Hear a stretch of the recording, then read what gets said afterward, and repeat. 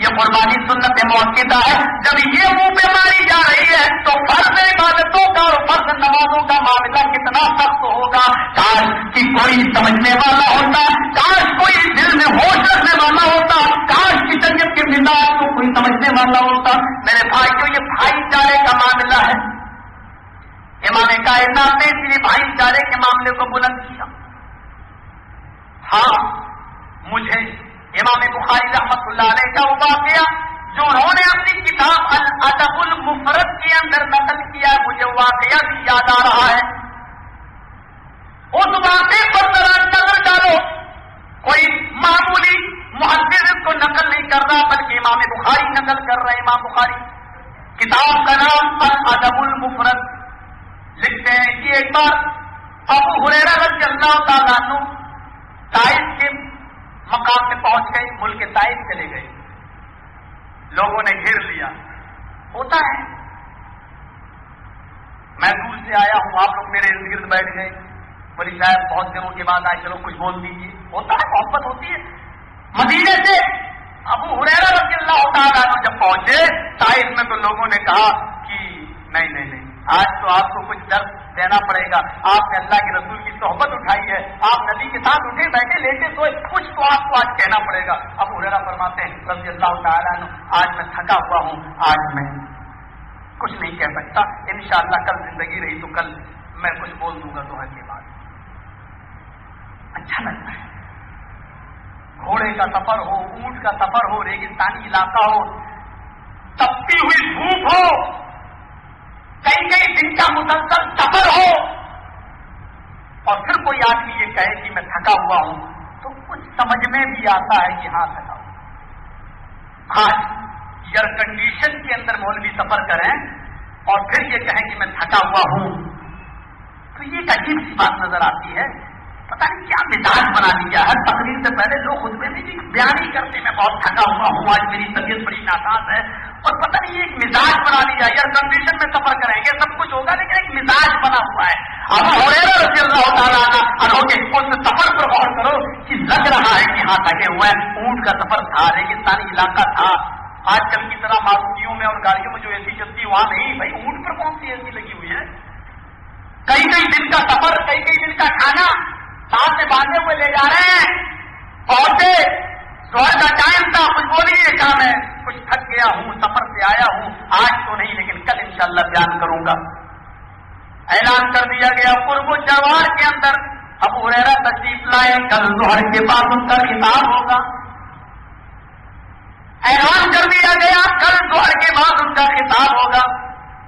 شوق تھا لوگوں کو, اعلان کر دیا جیسے آج آپ کی بھیڑ ہو گئی ایسی. ابو ہریرہ رضی اللہ تعالیٰ عنہ کا نام سن کر مسجد بھر گئی طائف کی. ابو ہریرہ رضی اللہ تعالیٰ ممبر رسول کے اوپر بیٹھ گئے.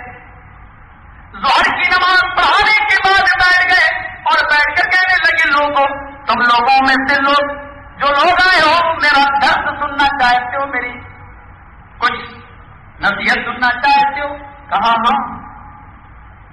بیٹھ گئے, کہنے لگے لوگوں, میں نے سنا ہے جتنے لوگ یہاں آئے ہیں ان میں سے ایک آدمی ایسا ہے جو اپنی خالہ سے ناراض ہے.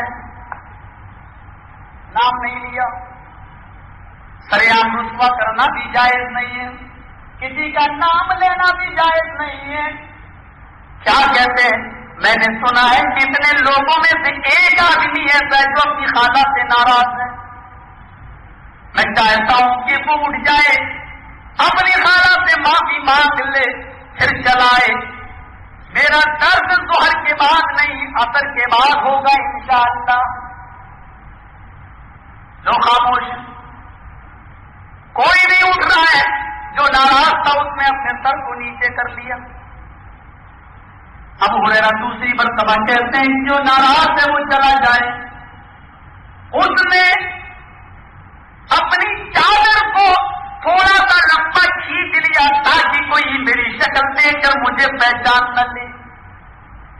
اب ابو ہریرہ تیسری مرتبہ کہتے ہیں جب تک وہ اٹھے گا نہیں میں کوئی درد نہیں دوں گا. وہ اٹھا اور چپکے سے منہ چھپا کے نکل گیا. سیدھے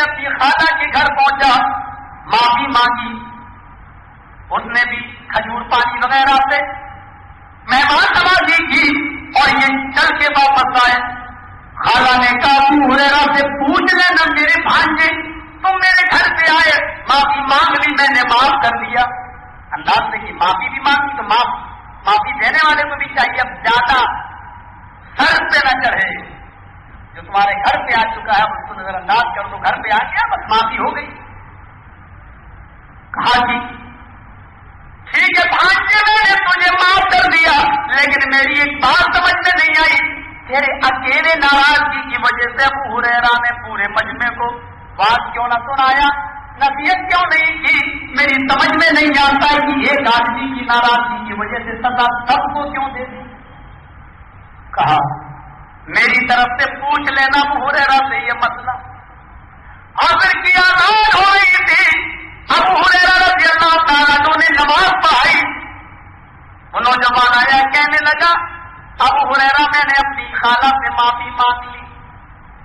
کہا ٹھیک کیا, اچھا کیا. سنو ممبر پر بیٹھے ہوئے لوگوں تمہیں بات سننا ہے, کوئی حدیث سننا ہے جس کو میں نے نبی کی زبان سے سنا ہے. ہاں سننا ہے. ابن نے وہ نوجوان بولا ابو ہریرہ حدیث بات میں سنانا, نبی کا فرمان بات میں سنانا, میری خالہ کی ایک امانت ہے میرے پاس, میری خالہ یہ جاننا چاہتی ہیں. انہوں نے ایک مسئلہ معلوم کیا ہے, وہ مسئلہ یہ ہے کہ ناراض میں تھا اپنی خالہ سے تو مجھے نکال دیتے, لیکن میری وجہ سے آپ نے پورے محفل کو, پورے سامعین کو, جتنے سننے والے آئے تھے ان سب کو آپ نے جلسہ کیوں نہیں کیا, ان کو بات کیوں نہیں کیا, نصیحت کیوں نہیں کی, ان کو آپ نے قرآن کا درس کیوں نہیں دیا. ایک آدمی کی سزا آپ نے سارے پبلک داری عوام کو کیوں دیا, میری خالہ یہ جاننا چاہتی ہیں. ابو ہریرہ فرماتے آج کوئی درد نہیں, کوئی تقریر نہیں, کوئی خطاب نہیں, آج میں صرف یہی بتاؤں گا میں نے مسئلے میں جناب محمد رسول اللہ سے کیا سنا ہے. جاؤ اسی پر عمل کر لینا, لوگوں یہی میرا درد ہو جائے گا. کہتے ابو ہریرہ اللہ کی قسم مسجد نبوی تھی, ممبر رسول تھا, پہلی سیڑھی پر نبی کھڑے تھے, جمعے کا خطبہ تھا اور آپ خطبے میں فرما رہے تھے اللہ کی قسم, اللہ کی قسم, اللہ کی قسم, اللہ کی رحمت, سکینت اور خشیت اس محفل پہ نازل نہیں ہوتی جس مجلس میں ایک بھی آدمی اپنے کسی رشتے دار کو ناراض کر کے آیا ہو. ایک بھی آدمی جو اپنے کسی رشتے دار سے ناراض ہو, پوری محفل میں سے اللہ رحمت اور خشیت و سکینت اٹھا لیتا ہے.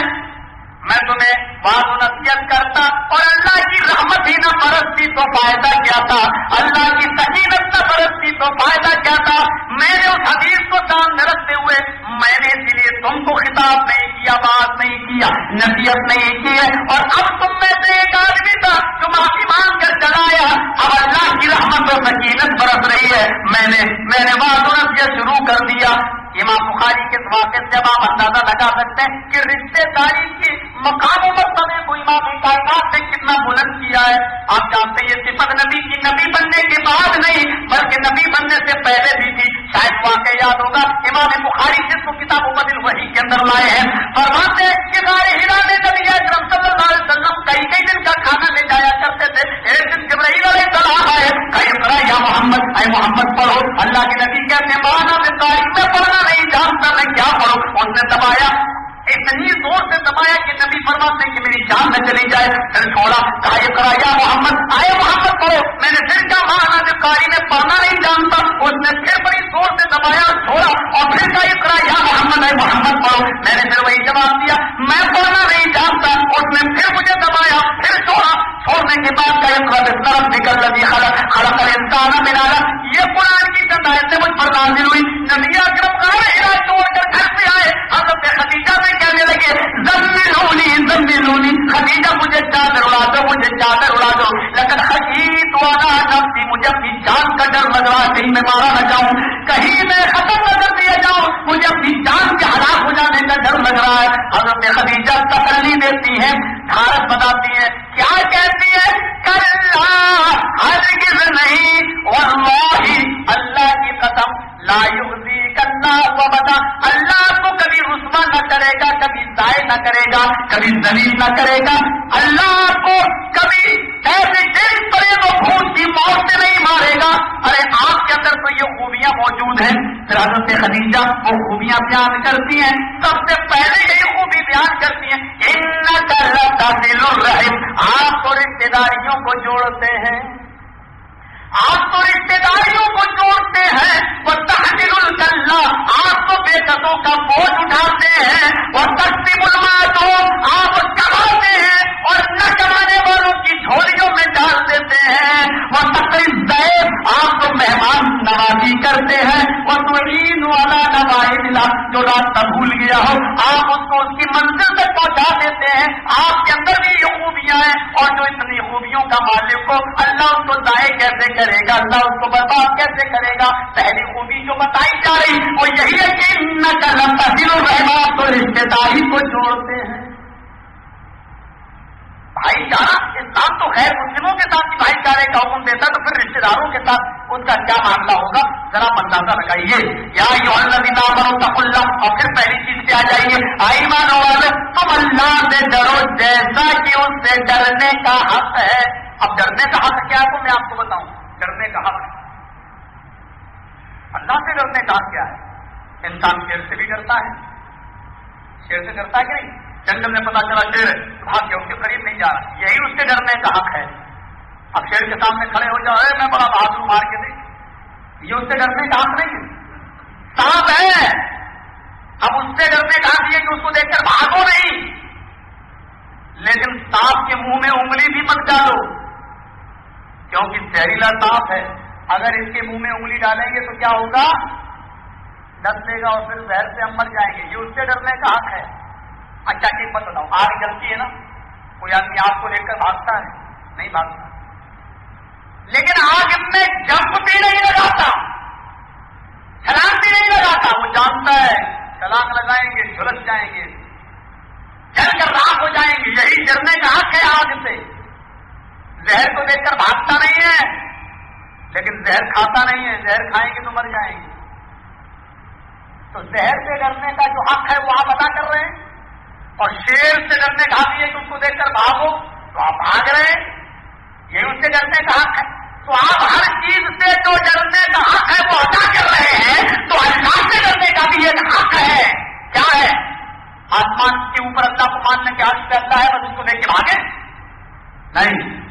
اللہ سے ڈرنے کا حق یہ ہے کہ اس نے جن کاموں پر عذاب دینے کا وعدہ کیا ہے ہم اس کے ان کاموں سے بچیں اور ڈریں اور دور رہیں کہ جن کاموں کے کرنے پر ہمیں عذاب قبر میں مبتلا کیا جا سکتا ہے اور عذاب جہنم کہ ہم آزار بن سکتے ہیں، ہم ان کاموں سے ڈریں۔ لیکن ایسا نہیں دیکھنے کو ملتا ہے۔ سگریٹ پیتا ہوا جا رہا ہے ایک نوجوان، سامنے سے باپ آ رہا ہے، صاحب یہ کیا ہوا؟ پیچھے کی باپ کا اتنا ادب ہے، باپ کا اتنا احترام ہے، لیکن بہت تجھے دیکھ رہا ہے کہ تو سگریٹ پی رہا ہے، اس کا کوئی ادب ہے۔ یہ ہے اللہ سے ڈرنے کا، جس طرح باپ کو دیکھ کر تو نے سگریٹ پھینکتی کہ نہیں پھینکیں گے تو باپ کی بےعزتی ہوگی، اسی طریقے سے ہر غلط کام کرتے وقت یہ تصور پیدا ہو جائے کہ کائنات کی کوئی آنکھ مجھے نہ دیکھ رہی ہو نہ دیکھے، لیکن اوپر والی ایک آنکھ مجھے دیکھ رہی ہے۔ اگر یہ تصور ہمارے دل کے اندر پیدا ہو گیا پھر میرے بھائیوں یہ ہوگا اللہ سے ڈرنے کا حق، اور یہ تصور ہمارے اندر نہیں آ رہا۔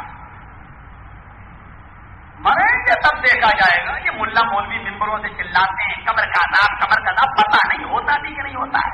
مریں گے تب دیکھا جائے گا جنت ہے بھی کہ نہیں۔ وَمِنَ النَّاسِ مَن يَقُولُ آمَنَّا بِاللَّهِ وَبِالْيَوْمِ الْآخِرِ وَمَا هُم بِمُؤْمِنِينَ يُخَادِعُونَ اللَّهَ وَالَّذِينَ آمَنُوا وَمَا يَخْدَعُونَ إِلَّا أَنفُسَهُمْ وَمَا يَشْعُرُونَ فِي قُلُوبِهِم مَّرَضٌ فَزَادَهُمُ اللَّهُ مَرَضًا۔ کچھ لوگ تمہیں ایسے ملیں گے جو اپنی زبانوں سے کہیں گے کہ ہم اللہ پر ایمان لائے، وَمِنَ النَّاسِ مَن يَقُولُ آمَنَّا بِاللَّهِ، جو کہیں گے ہم اللہ پر ایمان لائے، وَبِالْيَوْمِ الْآخِرِ قیامت پر ہم ایمان لائے، وہ کہیں گے اللہ ہے، وہ کہیں گے قیامت آئے گی، وہ کہیں گے قرآن اللہ کی کتاب ہے، وہ رسول کو مانیں گے کہ اللہ کے رسول ہے، وہ قیامت کو مانیں گے، وہ عذاب قبر عذاب جہنم سب کو مانیں گے، لیکن اللہ کہہ رہا ہے وما ہم بمؤمنین، لمبی داڑھی اونچے کرتے نیچے کرتے اونچے پاجامے دیکھ کر دھوکہ مت کھا جانا، وَمِنَ النَّاسِ مَن يَقُولُ آمَنَّا بِاللَّهِ، یہ اپنی زبانوں سے کہیں گے اللہ پر ایمان لائے، قیامت پر ایمان لائے، لیکن اللہ کہہ رہا ہے وَمَا هُمْ بِمُؤْمِنِينَ، ہمارے رجسٹر میں یہ مومن نہیں ہے۔ يُخَادِعُونَ اللَّهَ وَالَّذِينَ آمَنُوا، یہ اللہ اور مومنوں کو دھوکہ دینا چاہتے ہیں۔ 6 دن مسجدوں سے دور رہیں گے، شنیچر دور، اتوار دور، سوموار دور، منگل دور، بدھ دور، جمعرات دور، 6 دن مسجدوں میں شکل نہیں دکھلائیں گے، جمعے کے دن 7ویں دن پہلی صف میں اگلی صف میں بیٹھے ہوئے ملیں گے۔ کہہ رہا اللہ یخادعون اللہ والذین آمنوا، یہ اللہ کو دھوکہ دے رہے ہیں، مومنوں کو دھوکہ دینا چاہتے، وما یخدعون الا انفسهم، حالانکہ اللہ کو نہیں، مومنوں کو نہیں، یہ اپنے آپ کو دھوکہ دے رہے ہیں۔ مومن تو دھوکے میں نہیں آئے گا، تم جمعے کی پڑھو چاہے بالکل نہ پڑھو، عید بقرعید کی بھی نہ پڑھو، ہم تو تہجد بھی پڑھتے ہیں، ہم تو پڑھیں گے، تو اپنی خبر میں جائے گا، ہم اپنی خبر میں جائیں گے۔ مومن جو پکا سچا ہوگا وہ دھوکے میں نہیں آئے گا، ارے یار یہ تو صرف جمعے نماز پڑھتا ہے، ہم تو تہجد کی بھی نماز پڑھتے ہیں، ہم تہجد پڑھیں سب مسلمان، اور یہ آدمی صرف جمعے پڑھتا ہے سب مسلمان، تو ہمیں کیا فائدہ رات جاگنے سے اور کیا فائدہ فجر کی نماز میں جماعت کے ساتھ آنے سے؟ جب جمعے نماز پڑھنے سے بھی ہم مسلمان ہیں تو ہمیں رات میں آ کے چھوڑنے سے کیا فائدہ؟ جو سچا مسلمان ہوگا وہ کبھی ان کے دھوکے میں نہیں آئے گا، اور اللہ کو تو دھوکہ دے ہی نہیں سکتے، سوال ہی پیدا نہیں ہوتا، اس لیے اللہ نے کہا یہ اپنے آپ کو دھوکہ دے رہے ہیں، لا یشعرون، ان کو پتہ نہیں ہے کہ یہ کس کو دھوکہ دے رہے ہیں۔ اور پھر بڑی پیاری بات کی فی قلوبہم مرض فزادہم اللہ مرضا، ان کے دلوں میں شک کی بیماری ہے، اللہ نے اور بڑھا دیا بیماری، شک کی بیماری ہے ان کے دلوں میں، پتہ نہیں مرنے کے بعد قبر میں عذاب ہوتا بھی نہیں۔ ہم نے تو بہت سی خبروں کو دیکھا ہے، ٹوٹی ہوئی خبروں کو بھی دیکھا، ہم تو کسی مردے کو چیختے اور چلاتے ہوئے نہیں دیکھے۔ ارے تم نے کیا نہیں دیکھا ہے؟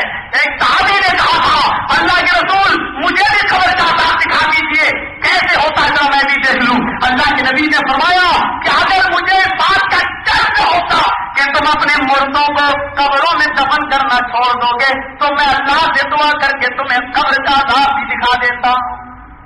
مجھے ڈر ہے کہ اگر قبر کا عذاب تمہیں دکھا دیا جائے تو اپنے مردوں کو مرنے کے بعد کہیں تم قبر میں دفنانا نہ چھوڑ دو۔ ان کے دلوں میں شک کی بیماری ہے، اللہ نے ان کی بیماری کو اور زیادہ بڑھا دیا، لے پڑا ہے ان کی بیماری میں۔ یہ اللہ سے ڈرنے کا حق ہے جو ہم ادا نہیں کر پا رہے ہیں، اللہ سے ڈرنے کا۔ اچھا سچ بتاؤ، آپ کا بیٹا آگ کے قریب ہے اور گر جائے تو آپ برداشت کر لیں گے؟ آپ چھٹ پٹائیں گے، بچائیں گے، نکالیں گے، دروازہ بھی توڑیں گے، گھر میں آگ لگ گئی ہے، ہر ممکن طریقے سے کوشش کریں گے، اور تھوڑا بہت اگر آگ بھی جل جائے تو اس کی بھی پرواہ نہیں کریں گے۔ یہ آگ جس میں آپ کا بیٹا اگر جل رہا ہو تو آپ بچانے کی فکر میں اپنے آپ کو بھی جلا لیتے ہیں۔ وہ آگ جو قیامت کے دن کی آگ ہے، جہنم کی آگ ہے، جس کے بارے میں امام کائنات نے فرمایا اور مستد احمد کی روایت ہے کہ وہ آگ اتنی گرم ہے کہ اگر اس آگ کے اندر کسی کو ایک لمحہ ڈال دیا جائے، لمحہ 1 سیکنڈ سے بھی کم ہوتا ہے، ایک لمحے کے لیے اگر کسی کو جہنم میں ڈال کر نکال دیا جائے اس کے بعد میں اس کو دنیا کی آگ میں ڈال دیا جائے تو ایک لمحہ جہنم کی آگ میں جل کر آنے والے کو اگر دنیا کی آگ میں ڈال دیا جائے تو دنیا کی آگ میں اس کو نیند آ جائے گی اور آرام سے سو جائے گا۔ اس آگ کے بارے میں امام کائنات نے یہ فرمایا اور آگ کے بارے میں یہ بھی فرما دیا وَأَنفُسَكُمْ وَأَهْلِيكُمْ نَارًا، اپنے آپ کو بھی جہنم سے بچاؤ اور اپنے بیوی بچوں کو بھی جہنم سے بچاؤ۔ ایمانداری سے بتاؤ نوجوانوں، ایمانداری سے بتاؤ میرے بزرگوں، ایمانداری سے بتاؤ میرے ساتھیوں، ہم نے اپنی اولاد کو اس آگ سے کتنا بچایا ہے؟ ہر انسان سے سوال ہوگا، ارے بات تو 3 والی بکری نے بے سینگ بکری کو مارا ہوگا تو قیامت کے دن اللہ اس بے سینگ والی بکری کو بھی سینگ دے کر بدلہ دلوائے گا، وہاں تو سب سے حساب و کتاب ہوگا، آپ سے بھی آپ کی اولاد کے بارے میں حساب لیا جائے گا۔ بتاؤ تم نے کتنا ادا کیا، کتنا اس کو خدا کے عذاب سے ڈرایا، اللہ کے خوف سے کتنا اس کو خائف رکھا، ایک منٹ کا اللہ رب العالمین حساب لے گا۔ ہاں، اور جب یہ تقویٰ ہمارے دل میں آ گیا، یقین جان لو میرے پیارے ساتھیوں، اس کے بعد پھر انسان یہ نہیں دیکھتا کہ میں کتنا بڑا لیڈر ہوں، پھر وہ اپنے آپ کو اسی صف میں کھڑا کر دیتا ہے کہ جہاں تم اور ہم دونوں برابر ہیں۔ اور جس کو دیکھ کر اقبال نے کبھی کہا تھا کہ ایک ہی صف میں کھڑے ہو گئے محمود و عیاض، نہ کوئی بندہ رہا نہ کوئی نہیں بنتا نواز. حضرت ابوبکر صدیق کو دیکھو, حضرت عمر فاروق پر نظر ڈالو, اڑتی ہوئی چڑیا کو دیکھتے تو کہتے آئے چڑیا کاش تو میری طرح ہوتی اور میں تیرے طرح ہوتا, کاش عمر کو اس کی ماں نے پیدا ہی نہیں کیا ہوتا تو کتنا اچھا ہوتا. یہ تختے کا عالم تھا. کیا ہے چڑیا, تیرا حساب و کتاب کے بعد تجھے مٹی میں ملا دیا جائے گا اور عمر سے تو ایک لمحے کا حساب لیا جائے گا. کاش میں چڑیا ہوتا تو عمر ہوتی. یہ طریقے سے وہ کہا کرتے تھے. کسی گھاس کو دیکھتے تو کہتے ہیں گھاس تیری قسمت مجھ سے بہت اچھی ہے, تجھے تو کوئی جانور کھا جائے گا یا سوکھ کر تو مٹی ہو جائے گی, لیکن عمر سے تو ذرے ذرے کا حساب لیا جائے گا.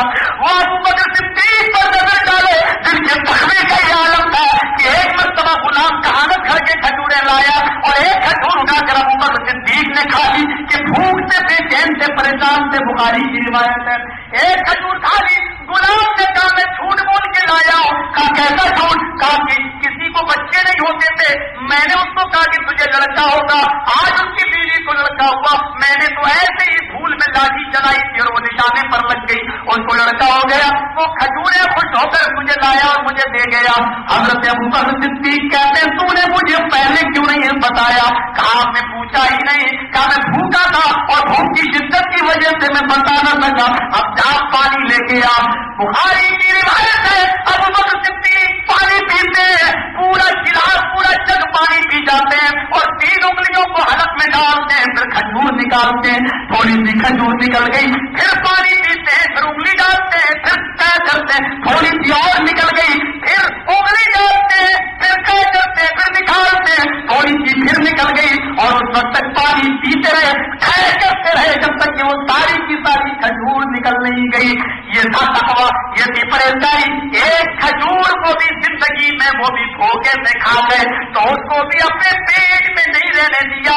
آئے سود کھانے والوں, آئے پیاز کھانے والوں, آئے فکس ڈپوزٹ چلانے والوں, قیامت کے دن کیا جواب ہوگے اس کی تیاری یہیں پہ کر لینا. یہ جملے بھی اگر تمہارے مزاج کے خلاف ہو تو ان سے زیادہ پھر نرمی کا انتظار نہ کرنا. آپ کیجیے گا, سمجھوتے کسی حد تک کیے جا سکتے ہیں, لیکن بالکل اسلام کی تعلیمات کو بالکل کسی کے ہینڈ اوور کر کے سمجھوتا کیا جائے تو یہ مجھ سے نہیں ہو سکے گا. ہاں میرے بھائیوں, کان کے پردے کھول کر سن لو. اگر سود و پیاز کا کاروبار ہے تو سن لو, امام کائنات نے فرمایا جس نے سود کا 1 درہم کھایا اس نے اپنی سگی ماں کے ساتھ 36 مرتبہ زنا کیا.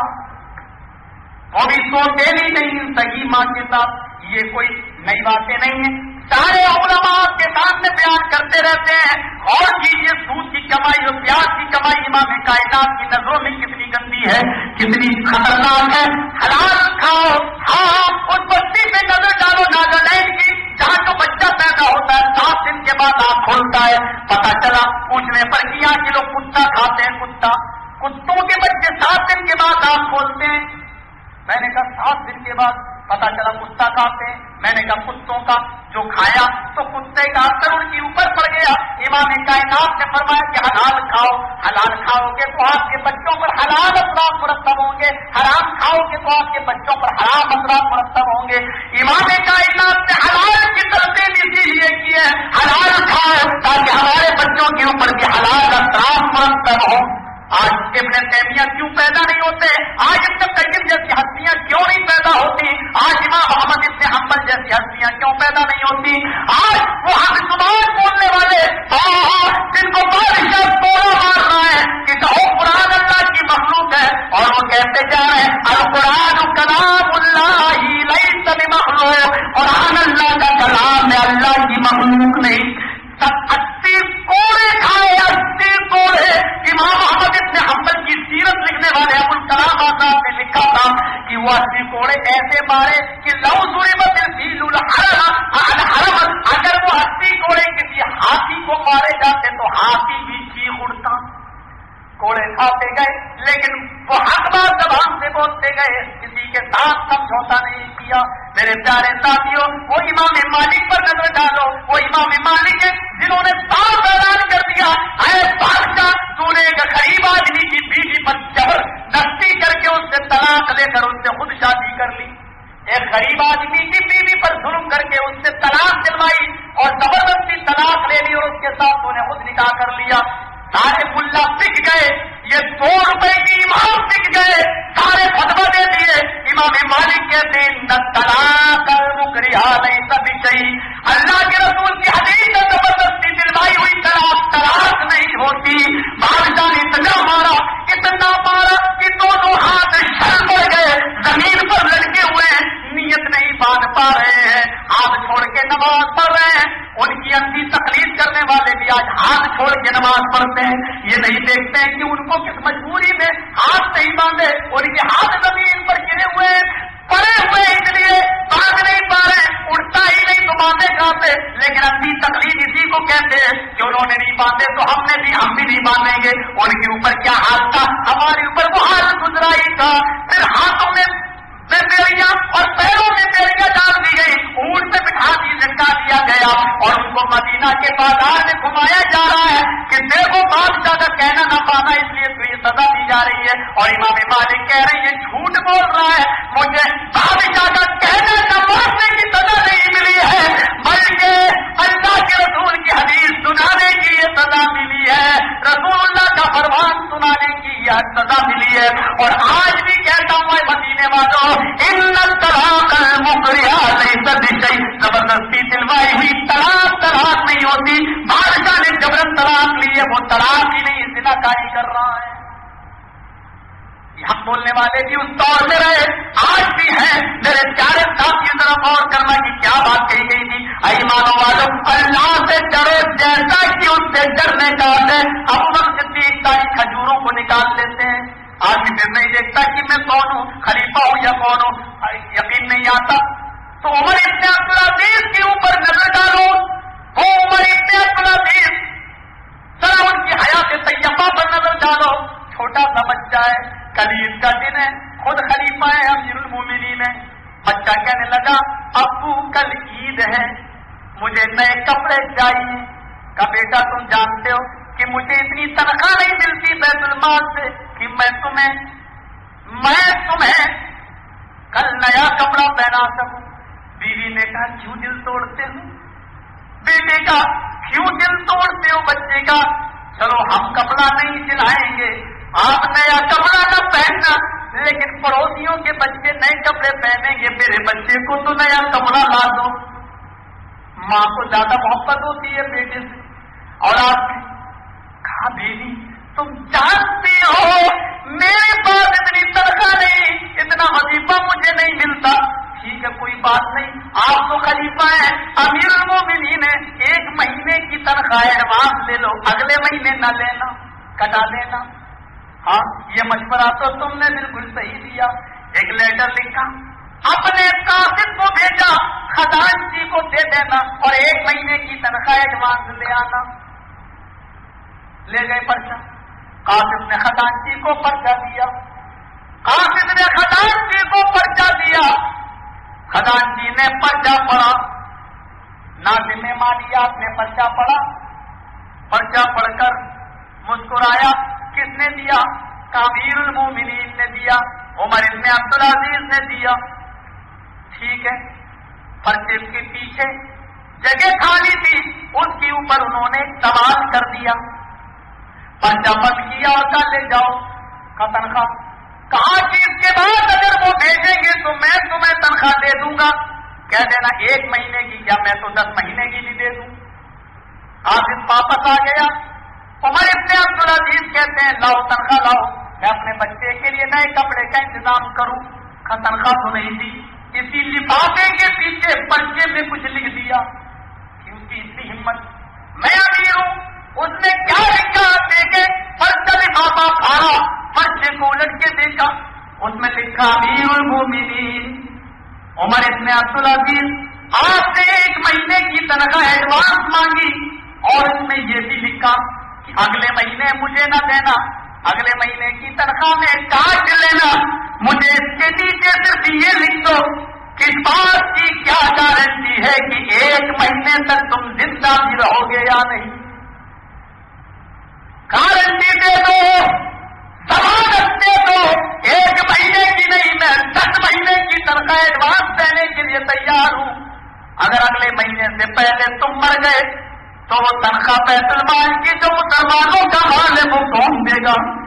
عمر ابن عبدالعزیز نے وہ لفافہ پھاڑ دیا، کہا بیوی میں اپنے بچے کو ننگا تیگ لینا گوارا کر لوں گا، لیکن اس بات کی گارنٹی نہیں دے سکتا کہ میں آئندہ مہینے زندہ رہوں گا یا نہیں، میں نہیں رہ سکتا۔ ناظم مالیات نے خزانچی نے میری آنکھیں کھول دی، نہیں دے سکتا میں تنخواہ۔ جب کوئی آدمی اس اسٹیج پر لا کر اپنے آپ کو کھڑا کرے گا تو پھر کوئی ذمہ دار نہیں، کوئی عام آدمی کی طرح اپنے آپ کو سمجھے گا، حاکم وقت بھی اپنے آپ کو عام آدمی کی طرح سمجھے گا۔ ہاں یہی بات تھی، اس میدان سے لا کر سوچو اور پھر دیکھو امام کائنات نے یہ تعلیم دی تھی کہ امیر المومنین اپنے آپ کو امیر المومنین نہیں کہہ رہے کہ اس نے میری آنکھیں کھول دی۔ وہی عثمان غنی ہے جنہوں نے خلاف خلیفہ ہے اور اپنے غلام کو کسی کام کے نہ کرنے پر ڈانٹ دیا اور غصے میں ان کے کان کو مروڑ دیا۔ نماز پڑھنے کے لیے آئے، نماز کے بعد احساس ہوا کہ میں آج خلیفہ ہوں اور ایک غلام کا مالک ہوں، آج مجھے طاقت تھی اس لیے کان مروڑ دیا، کہیں اس پر ظلم تو نہیں کیا، کل قیامت کے دن سب برابر ہوں گے تو کل میرا کیا ہوگا؟ حضرت عثمان نے اپنے غلام کو بلایا، کہا جتنی دیر میں نے تیرے کان کو اینٹا تو بھی میرے کان کو اینٹ دے۔ اس نے کہا امیر المومنین بھی ہے اور میرے مالک بھی ہے، میں یہ نہیں کر سکتا۔ کہا نہیں کرے گا تو اچھا نہیں، بدلہ لے لے۔ وہ ڈر گیا، اس نے کان کو مہنگا، کہا نہیں یہ تم آہستہ میرا لحاظ کر کے اینٹ رہے ہو، اور تیز اینٹو۔ اس نے اور تیز اینٹا، کہا نہیں ابھی بھی آہستہ ہے اور تیز اینٹو۔ اور جب عثمان غنی نے یہ سمجھ لیا کہ ہاں جتنی تیز میں نے اس کا اینٹا تھا یہ اس سے زیادہ ہو گیا، تب جا کر کہا میں نے دنیا ہی میں اپنا بدلہ دے دیا ہے، الہ العالمین تو قیامت کے دن مجھ سے بدلہ نہ لینا۔ جب آدمی اس اسٹیج پر اپنے آپ کو سوچے گا تو سب کو اپنے آپ کو ایک عام انسان کے برابر سمجھے گا، اور یہی چیز پیدا کی تھی امام کائنات نے، جناب محمد رسول اللہ صلی اللہ علیہ وسلم نے۔ اگر اسی پہ بولتا رہوں گا تو آگے نہیں بڑھ پاؤں گا۔ یا ایھا الذین آمنوا اتقوا اللہ حق تقاتہ، ایمان والو تم اللہ سے ڈرو جیسا کہ اس سے ڈرنے کا حق ہے۔ آگے دیکھو ولا تموتن الا وانتم مسلمون، کسی کی تشریح سن لو اور تم نہ مرو، اور جب مرو تو پورے کے پورے مسلمان ہو کر مرو۔ مسلم کسی کا اور دل میں ایمان والو اسلام کے اندر پورے کے پورے داخل ہو جاؤ۔ اور اسلام کسے کہتے ہیں؟ ایک تو اسلام کی تعریف وہ ہے جو اللہ کے رسول نے کی ہے، وہاں عمر بن الخطاب رضی اللہ تعالیٰ عنہ قال بینما نحن عند رسول اللہ صلی اللہ علیہ وسلم ذات یوم اطلع علینا رجل شدید بیاض الثياب وشدید سواد الشعر لا يرى عليه اثر السفر ولا يعرف منا حتى جلس الى النبي صلى الله عليه وسلم فاسند ركبته الى ركبته ومسح كفيه على فخذيه وقال يا محمد واخبرني عن الاسلام قال الاسلام ان تشهد ان لا اله الا الله وان محمد رسول الله وتقيم الصلاه وتؤتي الزكاه وتصوم رمضان وتحج البيت ان استطعت اليه سبيلا۔ ابھی حدیث آدھی بھی نہیں ہوئی ہے لیکن میں نے اسلام کی ایک تعریف کر دی ہے۔ حضرت جبرائیل اللہ کے نبی کے پاس انسانی شکل میں آئے، بال بہت زیادہ کالے تھے، کپڑے بہت زیادہ سفید پہنے ہوئے تھے، اپنے دونوں گھٹنوں کو اللہ کے نبی کے گھٹنوں سے ملا لیا اور اپنے دونوں ہاتھوں کو اللہ کے نبی کی ران پر رکھ لیا، اور اس کے بعد یہ سوال کرنے لگے اخبرنی عن الاسلام، اے اللہ کے رسول اسلام کے بارے میں بتائیے کہ اسلام کسے کہتے ہیں، اسلام کیا ہے؟ اللہ کے نبی فرماتے ہیں الاسلام ان تشهد ان لا الہ الا اللہ۔ مسئلے کو ذرا غور سے سننا، پہلی چیز کیا بتائی؟ اس بات کی گواہی تو کہ اللہ کے سوا کوئی معبود نہیں، وَأَنَّ مُحَمَّدًا رَسُولُ اللَّهِ، اور اس بات کی گواہی دو کہ محمد صلی اللہ علیہ وسلم اللہ کے رسول ہیں۔ یہ دونوں چیزیں ایک ہیں، معبود کون؟ اللہ، اور رسول کون؟ محمد صلی اللہ علیہ وسلم۔ جانتے ہو یہ پہلی چیزیں اللہ کے نبی نے بتائی ہے، اس کے بعد عبادت آپ نے بعد میں بتائی ہے۔ نماز تو عبادت ہے نا، روزہ عبادت ہے نا، زکات عبادت ہے، حج عبادت ہے، یہ بعد میں بتایا۔ پہلے آپ نے معیار بتا دیا، کسوٹی بتا دی کہ معیار کیا ہے، عبادت۔ معبود کون ہے؟ اللہ، اللہ کے علاوہ کوئی معبود نہیں تو عبادت کس کی کرو گے؟ معبود کی. لیکن عبادت جب کرو گے تو عبادت کا طریقہ کیا ہونا چاہیے؟ عبادت کرو گے کیسی؟ اس کی کسوٹی یہ دیتی کہ محمد اللہ کے رسول ہیں. عبادت اللہ کے لیے. اور عبادت کیسی کرو گے؟ محمد رسول اللہ بتا رہے ہیں. اب مت پوچھنا تو قیمت کرا بس اتنا کہا نماز پڑھو، یہ نہیں کہا کیسے پڑھو، کیونکہ اصول بتا دیا محمد اللہ کے رسول ہیں. یہ نماز کس کے لیے؟ اللہ کے لیے. اور وہ کیسے؟ جیسے رسول نے بتائی ہے. زکات زکات دو. اب زکات کتنی دو؟ کتنا سونا ہو، کتنی چاندی ہو، کتنی بکریاں ہو، کتنی گائے ہو، کتنے اونٹ ہو. بارش کے پانی سے گندا پیدا ہو تو اس پر کتنی زکات؟ سرکاری پانی سے گندا پیدا ہو تو اس پر کتنی زکات؟ یہ پوچھنا نہیں، کیونکہ محمد اللہ کے رسول نے جیسے رسول نے بتائی اسی طریقے پر تم زکات دو. تصوم رمضان، رمضان کے روزے رکھو. کتنے روزے رکھو، کیسے رکھو، کیا چیزیں روزے کی حالت میں جائز ہیں، کن چیزوں سے روزہ ٹوٹے گا، کن روزوں سے نہیں ٹوٹے گا، یہ پوچھنا نہیں. اس لیے کہ محمد اللہ کے رسول ہیں. جیسے روزہ انہوں نے رکھا ویسے تم رکھو، جو انہوں نے بتایا ویسا تم کرو. وتحج البیت، اور حج کرو. کیسے کرو؟ جیسے محمد رسول اللہ نے بتایا. یہ ساری چیزیں عبادت بعد میں بتائی ہے، پہلے کسوٹی بتا دی. یہ عبادت سب اللہ کے لیے. اور عبادت ہو کیسی؟ جیسے محمد رسول اللہ. ایک تو یہ بتائی اسلام کی تعریف امام کائنات نے، اور ایک اسلام کی تعریف آپ نے یہ بتائی ہے عرب کے اندر مسلم اس اونٹ کو کہتے ہیں. یہ آپ نے سنا ہوگا 50 بار، جس کی ناک میں نکیل ڈال دی گئی ہو اور اس کی لگام اس کے مالک کے ہاتھ میں ہو. عرب ایسے اونٹ کو کہتے ہیں ہاذا جمل المسلم، یہ مسلم اونٹ ہے. کیونکہ وہ اونٹ اپنی مرضی سے نہیں بیٹھتا، اس کے ناک میں نکیل ہے اور لگام مالک کے ہاتھ میں. اونٹ کے مالک نے بٹھایا، اونٹ بیٹھ گیا. اونٹ کے مالک نے لگام پکڑی، اونٹ کو اٹھایا، اونٹ اٹھ گیا. اونٹ کے مالک لے کے چلا، اونٹ چل دیا. اونٹ کا مالک کھلایا، اونٹ نے کھایا. اونٹ کے مالک نے پلایا، اونٹ نے پی لیا. اونٹ کے مالک نے سلایا تو سو گیا. یعنی اونٹ اپنی مرضی کا مالک نہیں ہے، بلکہ اس نے اپنی لگام اپنے مالک کو دے دی ہے. یعنی میرا مالک جیسا چاہے گا ویسا کرے گا. ہم نے اور آپ کے ناک میں بھی نکیل ڈلی ہوئی ہے شریعت کی، جس کی لگام جناب محمد رسول اللہ کے ہاتھ میں ہے. ہم وہی کھائے جو رسول نے اجازت دی، وہی پیے جس کی رسول نے اجازت دی، اس جیسے ہی چلے جیسے رسول نے اجازت دی. شادی بیاہ اور تمام طریقوں میں اب وہی اسوہ اور اسرا ہمارے لیے ہے جناب محمد رسول اللہ کی زندگی.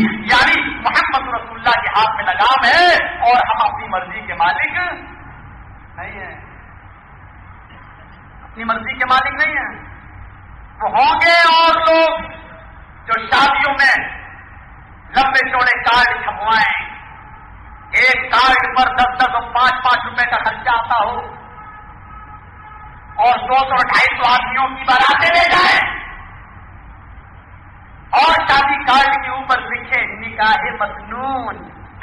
ہائے ہائے ہائے ہائے، اس سے زیادہ رتبہ اور کون کرے گا جناب محمد رسول اللہ. ابو جہل اور ابو لہب بھی کہتا تھا محمد صلی اللہ علیہ وسلم میں آپ کو جھوٹا نہیں کہتا ہوں، آپ تو سچے ہیں، لیکن آپ پر جو فرشتہ دعوت لے کے آتا اس پر میرا دل جمتا ہی نہیں ہے. نبی کو جھوٹا کہنے کی ضرورت ابو جہل کی بھی نہیں تھی، ہم نے تو نبی کو جھوٹا بنا دیا. سچ بتاؤ، جس کارڈ پر آپ لکھتے ہو نکاح مسنون، کیا یہ 200 آدمیوں کی اور 250 آدمیوں کی بارات یہی سنت ہے؟ یہ 1 لاکھ اور 1.5 لاکھ روپے کا جہیز جو مال روڈ کی طرح دکھا کر سامنے دیتے ہیں، کیا یہی نکاح مسنون ہے؟ ماروتی اور ہیرو ہونڈا کی ڈیمانڈ کرتے، کیا یہی نکاح مسنون ہے؟ مسنون کس کو کہتے ہیں؟ جس پر رسول کی مہر، سنت کی مہر لگی ہوئی ہو، وہ مسنون ہے. یہی مسنون ہے. کبھی کہا تھا میں نے، نہ ظلم گوروں نے کیا نہ ستم کالوں نے، ہمیں برباد کیا خود اپنے ہی اعمالوں نے. حقیقت یہ ہے میرے ساتھیوں، ذرا تصور کیجیے، کیا تمہیں پٹنہ کی وہ 14 لاشیں یاد نہیں آتی؟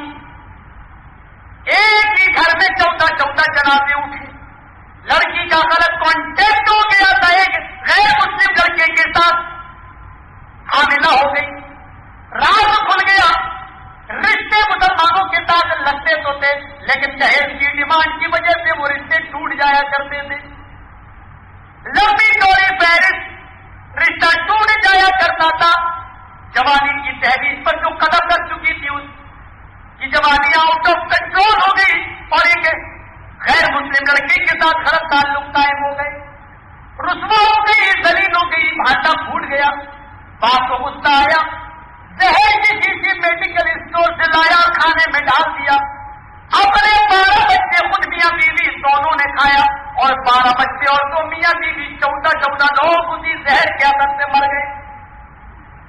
دروازہ بند تھا، پولیس والوں نے توڑا، دروازہ توڑا گیا، تب یہ 14 لاشیں نکلی۔ پوسٹ مارٹم کی رپورٹ آئی، زہر دے کر مارے گئے۔ میرے نوجوان ساتھیوں، کیوں ان غریب بچیوں پر ظلم و زیادتی کے پہاڑ توڑتے ہو؟ کیوں جہیز کی ڈیمانڈ کرتے ہو؟ ذرا تصور تو کر اس باپ کے اوپر جس کی بیوی گھر سے باہر گئی ہوئی ہے، باپ اکیلا ہے، بیٹی 19-20 سال کی جوان گھر میں ہے، باپ کا دوست آ گیا، چلو بازار چلتے جوس پی کے آتے، چلو یار کہیں ٹہل کے آتے۔ میرے دوست ابھی تو نہیں جا سکتا۔ کیوں نہیں جا سکتے؟ کہ میری بیوی کہیں کام سے گئی ہے، میرے گھر میں سیانی بیٹی جوان بیٹی اکیلی ہے، میں اس اکیلی بیٹی کو چھوڑ کے نہیں جا سکتا، جوان بیٹی کو چھوڑ کے نہیں جا سکتا۔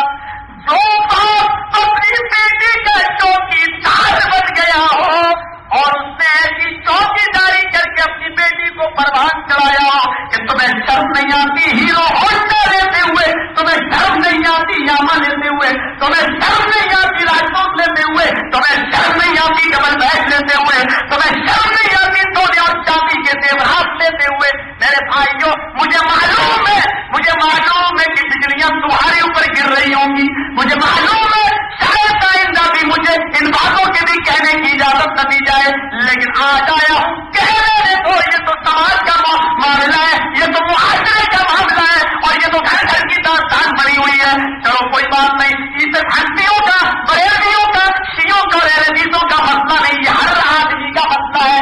جہیز کی برائی دیوبندیوں میں بھی ہے، بریلویوں میں بھی ہے، شیعوں میں بھی ہے، اور ہمیں حدیث بھی سے پاک نہیں جو سمجھتے ہیں جنت ہمارے باپ دادا نے ٹھیکے میں ہمیں دے رکھی ہے، ہمیں تو قرآن حدیث کا ٹکٹ ملا ہوا ہے، جنت میں تو ہم جا کر رہیں گے۔ یہ حدیث اس باتوں کو مان میں نہ رہے۔ میرے بھائیوں، غور کرو کہ وہ 14 لاشیں اور 14 جنازے جس میں میں خود شریک تھا، اپنی آنکھوں سے دیکھے، تازے دینے میں میں بھی شریک تھا، دفنانے میں بھی شریک تھا۔ پٹنہ کی اس تاریخ دل سے پوچھو، اس اندھیرے دل سے پوچھو کہ کس طریقے سے 14 قبروں میں 14 لاشوں کو دفن کیا گیا۔ میر تقی میر کی اس بیٹی کو دیکھو جس نے اپنے شوہر سے کہہ دیا تھا، ڈیمانڈ لمبی چوڑی، اس کے پاس سے دکان بیچ دی، گھر مکان کی کاغذ بینک میں رکھ کر اس نے لون لے لیا۔ بیٹی کو پتا چلا کہ میرے باپ نے لون لے کر، قرض لے کر، دکان بیچ کر میری شادی کی۔ اپنے شوہر سے پہلی رات میں کہتی ہے تو درندہ ہے، میرے قریب نہ، تجھے تو میرے مال سے محبت کی، جا مال کے بعد جا، میرے پاس کیوں آیا؟ اس نے کہا آج کی رات، اور جب کی رات نہیں ہے، بحث تو معاہدے کی رات نہیں ہے، اس رات کا انتظار ہر مرد کو ہر عورت کو ہوتا ہے، تم کیوں ضد کر رہی ہو؟ اور اس نے کہا میرے جسم کو ہاتھ نہ لگانا، دور رہے، تو درندہ ہے، میرے باپ کو تم نے بھکاری بنا دیا ہے اور تب تو میرے ساتھ۔ مجھے تو اب بعد میں معلوم ہوا، ایک سہیلی نے میرے بتایا ہے، اور اس کے صبح سے جہاں نکلتی ہے، کاش مجھے نکاح سے پہلے معلوم ہو جاتا تو میں درندے کے قریب نہ جاتی، یہ کہتی ہے، اور بے ہوش ہو کے زمین کے اوپر گرتی ہے اور اس سہارے ڈھیک ہوتا ہے، مر جاتی ہے۔ صبح فجر کی نماز کے بعد میر تقی میر کو پتا چلا کہ تمہاری بیٹی اللہ کو پیاری ہو گئی، اس نے چین کر کہا مری نہیں، مار ڈالی گئی، میری بیٹی تو جہیز کے صدمے میں مار ڈالا، اس درندے کی جہیز کی ڈیمانڈ کی خبر میں مار ڈالا۔ اپنی بیٹی کو لے کے آئے، اس درندے کے گھر پہنچے، اس لالچی کے گھر پہنچے، اس انٹرنیشنل بھکاری کے گھر پہنچے، اور پہنچنے کے بعد کہا میری بیٹی کہاں ہے؟ جواب ملا غسل دیا جا رہا ہے، تو باہر بیٹھو۔ وہ باہر بیٹھے، تھوڑی دیر کے بعد سفید کفن سے لپٹی ہوئی میر تقی میر کی بیٹی کو لایا گیا۔ میر تقی میر کی نظر سفید کفن پہ پڑی، اپنی بیٹی کے چہرے کو دیکھا تھا، یہ میری بیٹی کیسے؟ ارے میرے تو لال رنگ کی ساڑی میں، لال رنگ کے جوڑے میں میں نے گھر سے جدا کیا، یہ کفن تو میں نے نہیں دیا تھا، ارے میں نے تو یہ ساری چیزیں دی، یہ گاڑی دی، یہ زمین دی، یہ دیا وہ دیا، یہ کفن تو میں نے نہیں دیا تھا، آیا, کہا داماد نے میرے کہا کیا یہ احسان کر رہا ہے؟ اس نے اپنی بیٹی کے کفن کو پکڑا اور پکڑنے کے بعد شاعر تو تھا ہی, یہ شعر بنا کر کہتا ہے اب آیا ہے مرادی میں. اپنی بیٹی کے کفن کو پکڑ کے کہہ رہا ہے اب آیا ہے خیال آرام جا اس مرادی میں, کفن دینا تجھے بھولے تھے ہم اسباب شادی میں. اور میری بیٹی یہی ایک چیز کفن کی تو کمی تھی جو تیرا باپ تجھے نہ دے سکا, ساری چیزیں میں نے تجھے دی, یہی ایک کفن کی کمی تھی جو میں نہیں دے سکا. اور میں کہا اب آیا ہے خیال اس مرادی میں, کفن دینا تجھے بھولے تھے ہم اسباب شادی میں. پھر کہا میرے داماد اس کفن کو اتار لے, اپنی بیوی سے چادر لی اور اپنی بیٹی پر ڈھانک دیا. کہا 2 گز زمین دے کر اور کفن کا کپڑا دے کر احسان کرنا چاہتا ہے. مجھے اپنی بیٹی کو دفن کرنے کے لیے نہ تیری زمین چاہیے نہ تیرا کفن چاہیے. اپنی بیٹی کو لے گئے, اپنے محلے میں قبر کھودی گئی اور دفن کر دیا گیا. میرے بھائیوں کب تک ان بے قصور بچیوں کی جان لیتے رہو گے؟ کب تک ان کی جوانیوں کو اپنے گھروں میں بڑھاپے میں تبدیل کرتے رہو گے؟ امام کائنات نے تو فرمایا تھا شادی اتنی آسان کر دو, اتنی آسان کر دو, اتنی آسان کر دو کہ زنا کاری مشکل ہو جائے. ہم نے تو زنا کاری اتنی آسان کر دی کہ شادی کرنا مشکل ہو گیا. ہم نے تو پیسوں میں روپیوں میں زنا کو اتنا آسان کر دیا کہ آج 50 اور 100 روپئے میں لڑکیوں کے جسم مل جاتے ہیں, اور نکاح کو اتنا مشکل کر دیا کہ جب تک 5 تولے سونا نہ ہو, اتنے سوٹ نہ ہو, یہ چپل یہ کپڑے نہ ہو, تب تک شادی نہ ہو. میرے پیارے بھائیوں امام کائنات کی اس تعریف کو یاد کرو. ہنسی بھائیوں, دیوبندی بھائیوں, بریلوی بھائیوں, یہ سب کا مسئلہ ہے. حدیث بھی اس جرم میں شامل ہے, ہم بھی اس جرم میں شامل ہیں. آؤ سب لوگ مل کر اس جہیز کی لعنت کو معاشرے سے ختم کرنے کا عہد و پیمان کریں. آؤ ہم سب مل کر اس جنگ کو لڑیں اور جہیز کی لعنت کو اپنے معاشرے سے نکالیں. ہم اس معاملے میں تم سے بھی مطالبہ کرنے کے لیے تیار ہیں, تمہیں بھی گھر لگانے کے لیے تیار ہیں. ان معصوموں پہ گناہ بچیوں کے لیے ان کی زندگیوں کو اور ان کے گھروں کو بچانے کے لیے ہم تمہاری بھی مدد لینے کے لیے تیار ہیں. ظلم کرو ان لڑکیوں کی اوپر. بات آگے چلی گئی, میرے ذہن سے جہیز کا موضوع نہیں تھا. سن لو میرے ساتھیوں, غور سے سنو کیا کہا. ایک اسلام کی تعریف تو یہ ہوئی, ایک مسلم اس کو کہتے ہیں جس کی ناک میں لگام ڈال دی گئی ہو اور جس کی کمال لگام جناب محمد رسول اللہ کے ہاتھ میں ہو. جب تک ہم مسلمان نہیں ہوں گے لا یؤمن احدکم حتی یکون احب الیہ من والدہ وولدہ والناس اجمعین. اپنے باپ سے زیادہ, اپنی اولاد سے زیادہ اور ساری انسانیت سے زیادہ جب تک محمد رسول اللہ سے محبت نہیں ہوگی مومن نہیں. دیکھو اللہ نے یہ نہیں کہا, اللہ کے نبی نے یہ نہیں کہا باپ سے محبت مت کرو, کرو. اولاد سے محبت مت کرو, کرو. ماں سے, بیٹوں سے, رشتے داروں سے, خالوں سے محبت مت کرو, یہ نہیں کہا کرو. لیکن جب رسول کی محبت کا معاملہ ہے تو رسول کی محبت ان تمام محبتوں میں سب سے زیادہ ہو. ایک مثال سے سمجھو, جیسے کوئی آدمی آپ سے جنگل میں کہے بڑی قیمتی گھڑی میں نے اتار, یار نہیں بڑی قیمتی گھڑی ابھی اتارنا نا ہاتھ کاٹوں.